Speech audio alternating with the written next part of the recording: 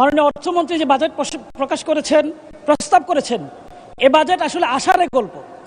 মাননীয় স্পিকার, প্রায় ৩.৫ লক্ষ কোটি টাকা ঋণ নির্ভর যে বাজেট পেশ করা হয়েছে, সে বাজেট শুনে, ঋণের কথা শুনে আমাদের বিরোধী দলের অনেক সংসদ সদস্য উষ্মা প্রকাশ করেছেন, আশ্চর্য হয়েছেন।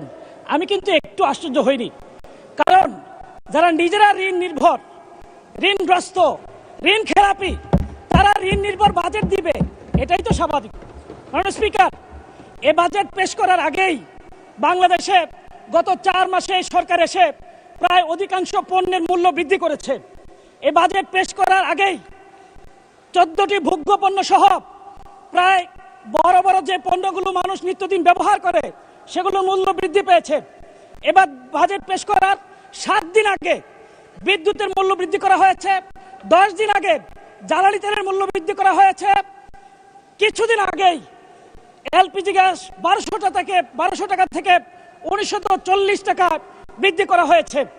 মাননীয় স্পিকার, জ্বালানি তেলের মূল্য বৃদ্ধি, গ্যাসের মূল্য বৃদ্ধি, একই সাথে নিত্য প্রয়োজনীয় মূল্য বৃদ্ধির পাশাপাশি পরিবহন ভাড়া আকস্মিকভাবে এত বেশি বৃদ্ধি পেয়েছে, এটা বাংলাদেশের ইতিহাসে সর্বকালের সকল রেকর্ডকে ছাড়িয়ে গেছে।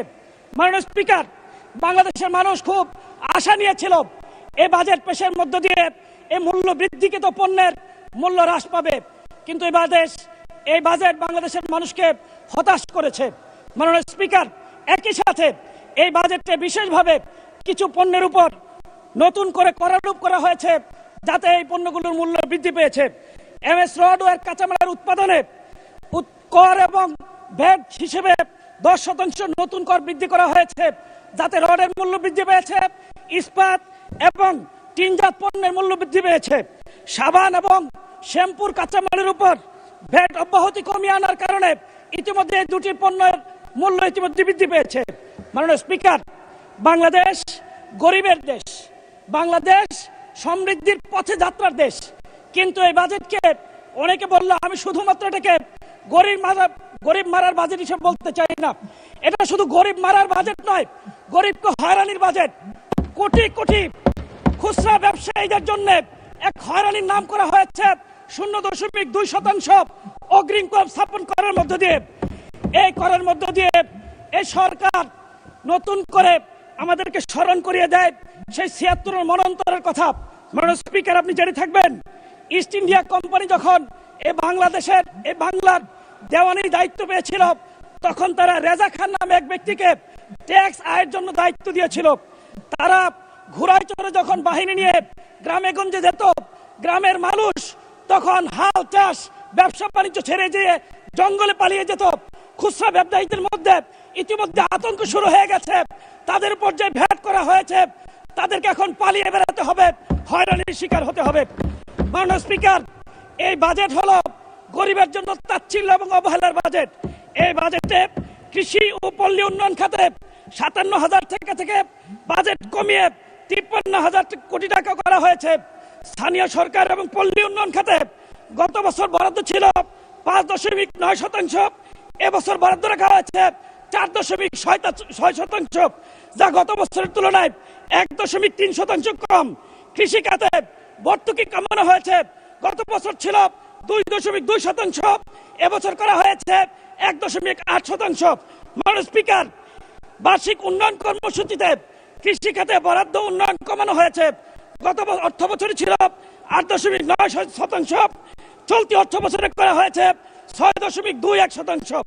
মাননীয় স্পিকার, গ্রামীণ উন্নয়ন রক্ষণাবেক্ষণ খাতে বরাদ্দ রাখা হয়েছে মাত্র 400 কোটি টাকা।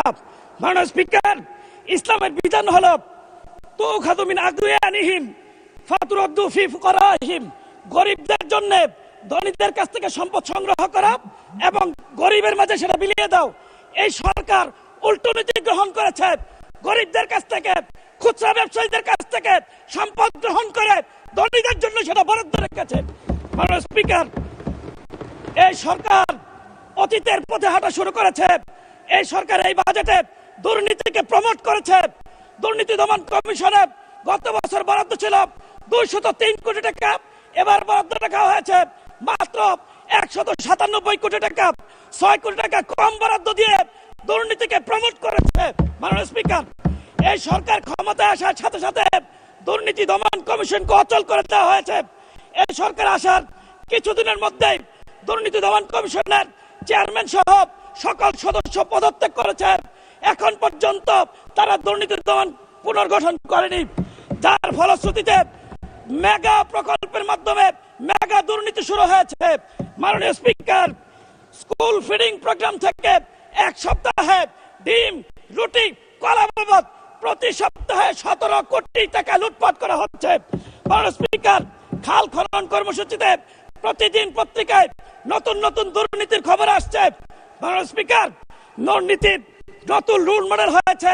এখন ক্যালকুলেটরে হিসাব করে 10 থেকে 15% পর্যন্ত ঘুষ দেওয়া হচ্ছে। মাননীয় স্পিকার, দুর্নীতিকে প্রমোট করার জন্য সারোয়ার আলমের মতো সৎ, শিক্ষিত, সদরপি এই বাংলাদেশের একজন ক্লিন ইমেজের ডিসিকে সিলেট থেকে প্রত্যাহার করা হয়েছে।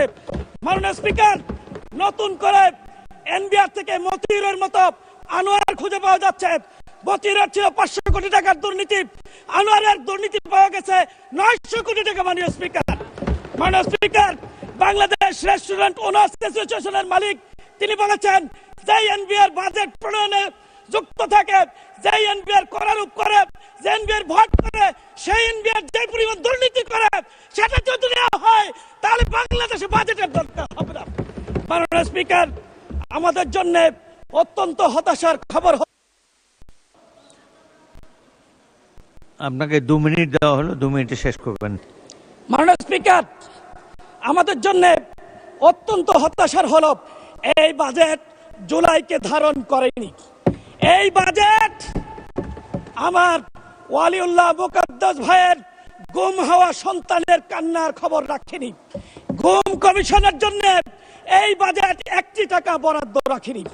মাননীয় স্পিকার, আমি সর্বশেষ বলতে চাই, মাথায় অতিরিক্ত বোঝা নিয়ে পাহাড়ের চূড়ায় চড়া যায় না, স্বপ্ন দেখা যায়, পৌঁছা যায় না। মাননীয় স্পিকার, সমুদ্রের জলরাশি অনেক বেশি, কিন্তু কোন পিপাসার্থ মানুষের পিপাসা মেটাতে পারে না। কিন্তু সামান্য কূপের পানি শত শত বছর ধরে হাজার হাজার মানুষের পিপাসা মেটাতে পারে। সুতরাং বাজেট বড় হলেই চলবে না, ঋণ নিয়ে কোটি টাকা বরাদ্দ রাখার মধ্যে বাজেট নয়। দুর্নীতি কমিয়ে সুশাসন নিশ্চিত করে ন্যায় ভিত্তিক, ইনসাফ ভিত্তিক, যাকাত ভিত্তিক ইসলামের আদলে যদি খরচ করা যায়, কম বাজেটেই বাংলাদেশকে কাঙ্ক্ষিত গন্তব্যে পৌঁছে দেওয়া সম্ভব। মাননীয় স্পিকার, আমি আমার প্রিয় এলাকাবাসী কাপাসিয়ার জন্য কিছু কথা বলতে চাই। কাপাসিয়ায় জাতীয় ফল কাঁঠাল সহ আনারস এবং কাপাসিয়া উৎপাদিত ফল সংরক্ষণ করার জন্য আধুনিক হিমাগার নিশ্চিত করা দরকার। মাদক, সন্ত্রাস, চাঁদাবাজি এবং কিশোর গ্যাং রুখতে বিশেষ যৌথ অভিযান পরিচালনার জন্য বিশেষ বরাদ্দ দাবি করছি। কাপাসিয়াকে শিল্প বান্ধব করতে অবকাঠামো উন্নয়নে আমি বিশেষ বরাদ্দ দাবি করছি। ট্রমা সেন্টার এবং মাদক নিরাপদ কেন্দ্র প্রতিষ্ঠার জন্য মাননীয় স্পিকার, আপনার কাছে আমি আপনার মাধ্যমে মাননীয় মন্ত্রীর কাছে বিশেষ বরাদ্দ দাবি করছি। রাজেন্দ্রপুর থেকে টুক পর্যন্ত হাইওয়েকে 4 লেনে উন্নীত করার জন্য বিশেষ বরাদ্দ দাবি করছি। নরুন থেকে চেরাগালি মোড় হয়ে কাপাসিয়া পর্যন্ত এই রাস্তাকে 4 লেনে উন্নীত করার জন্য বিশেষ বরাদ্দ দাবি করছি।